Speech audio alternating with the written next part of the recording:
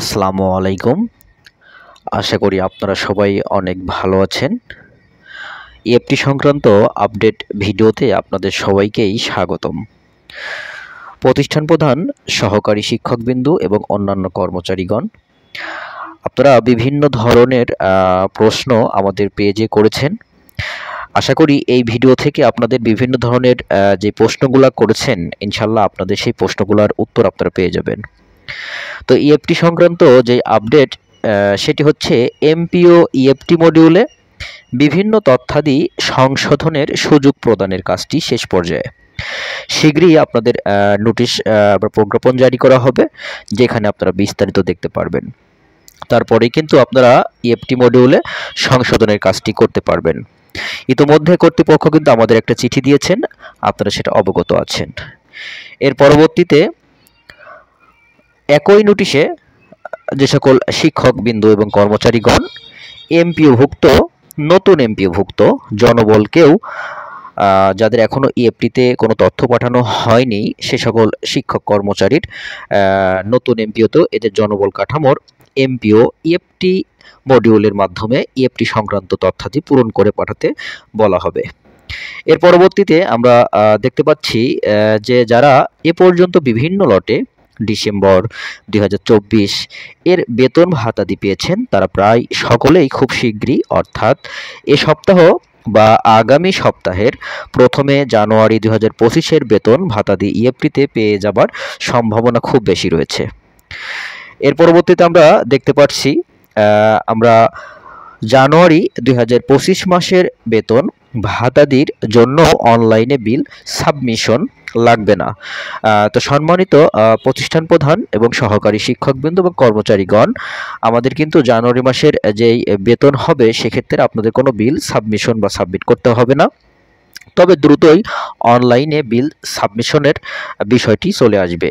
এটা খুব শীঘ্রই আপনাদের কিন্তু বিল সাবমিট করতে হবে প্রধান শিক্ষককে, যেটা খুব দ্রুতই কর্তৃপক্ষ চালু করতে যাচ্ছে। এর পরবর্তীতে এমপিও বেতন ভাতাদির বিল অনলাইনে সাবমিশন চালু হলে প্রতিষ্ঠান প্রধান প্রতি মাসের জনবলের বিল সাবমিট করবেন। অর্থাৎ আমরা যেই সরকারি যেই অফিসগুলো আছে, যেই প্রাইমারি স্কুল বলি বা সরকারি কলেজ, তাদের কিন্তু প্রতিষ্ঠান প্রধানরা মাসের শেষের দিকে গিয়ে হয়তো 22 তারিখ বা 23 তারিখে বিল সাবমিট করেন। তো সেক্ষেত্রে মাধ্যমিকেরও একই সিস্টেম, অনলাইনে প্রতিষ্ঠান প্রধানকে প্রতি মাসের জনবলের বিল সাবমিট করতে হবে। পরবর্তীতে সাধারণ যেই প্রশ্নাবলী, আপনারা বিভিন্ন ধরনের যে প্রশ্ন সবচেয়ে বেশি করেছেন, আপনাদের প্রশ্ন যে মা বাবার নামে ভুল থাকলে সংশোধন করতে হবে কিনা। অনেকেই করেছেন যে আমার বাবা মায়ের নামে ভুল আছে, সেই ক্ষেত্রে কি আমি সংশোধন করব? হ্যাঁ, আপনাদের উত্তর হচ্ছে সুযোগ থাকলে সংশোধন করে নেবেন। যদি সুযোগ থাকে তাহলে সংশোধন করে নেবেন। সুযোগই না থাকলে, যদি সুযোগ না থাকে, সেক্ষেত্রে আপনার করার কোনো দরকার নেই। আপাতত মা বাবার নামের ভুলের কারণে ইএফটিতে পাঠাতে সমস্যা হচ্ছে না। আপনাদের যদি বাবা মায়ের নাম ভুল থাকে, সেই ক্ষেত্রে ইএফটিতে কোনো সমস্যা হচ্ছে না। এক্ষেত্রে যদি আপনাদের সুযোগ থাকে তাহলে আপনারা সংশোধন করে নেবেন।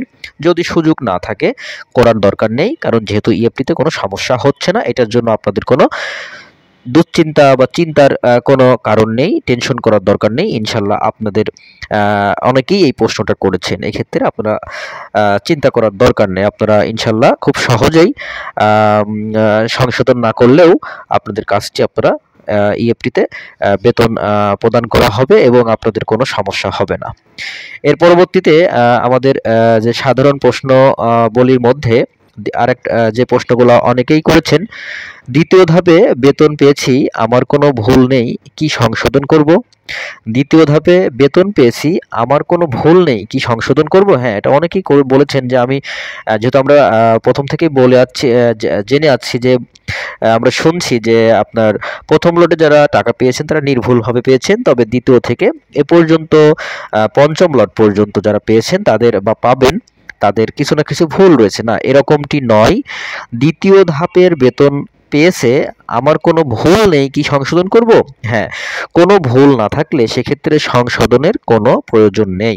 আপনার যদি ভুল না থাকে তাহলে আপনার কোনো দরকার নেই। অনেকেই বলছে যে হয়তো দ্বিতীয় ধাপে আসছে, আমার ভুল আছে, না এমনটা নয়।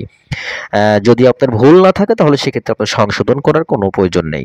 কর্তৃপক্ষ কিন্তু আমাদের বিষয়টি খুব ভালোভাবে বলেছেন। তো আশা করি আপনারা উত্তরটি বুঝতে পেরেছেন। পরবর্তীতে সাধারণ প্রশ্নের মধ্যে আপনারা বলেছেন যে এমপিওতে ডট আছে কিন্তু এনআইডিতেও ডট আছে, এখন ব্যাংকে কি ডট দিতে হবে? উত্তরে, ব্যাংক যদি ডট দিয়ে সংশোধন করে দেয় তবে করে ফেলুন। যদি ব্যাংক এটা ডট দিয়ে সংশোধন করে দেয় তাহলে করে ফেলুন। আর একান্তই ব্যাংকে ডট না দেওয়া গেলে সেক্ষেত্রে দেওয়ার দরকার নেই। এটি কেবল ব্যাংকের ক্ষেত্রে প্রযোজ্য। এমপিও এনআইডি ডট কম বেশি থাকলে তা অবশ্যই সংশোধন করতে বলা হয়েছে চিঠিতে। আমার মনে হয় আপনারা প্রশ্নটি বুঝতে পেরেছেন। আমি আবার বলছি যে আপনার প্রশ্ন ছিল এমপিওতে ডট আছে, এনআইডিতে ডট আছে, এখন ব্যাংকে কি ডট দিতে হবে? ব্যাংকে যদি ডট দিয়ে সংশোধন করে দেয় তবে করে ফেলুন। আর একান্তই ব্যাংকে ডট না দিয়ে দেয়া গেলে সেক্ষেত্রে ডট দেওয়ার দরকার নেই।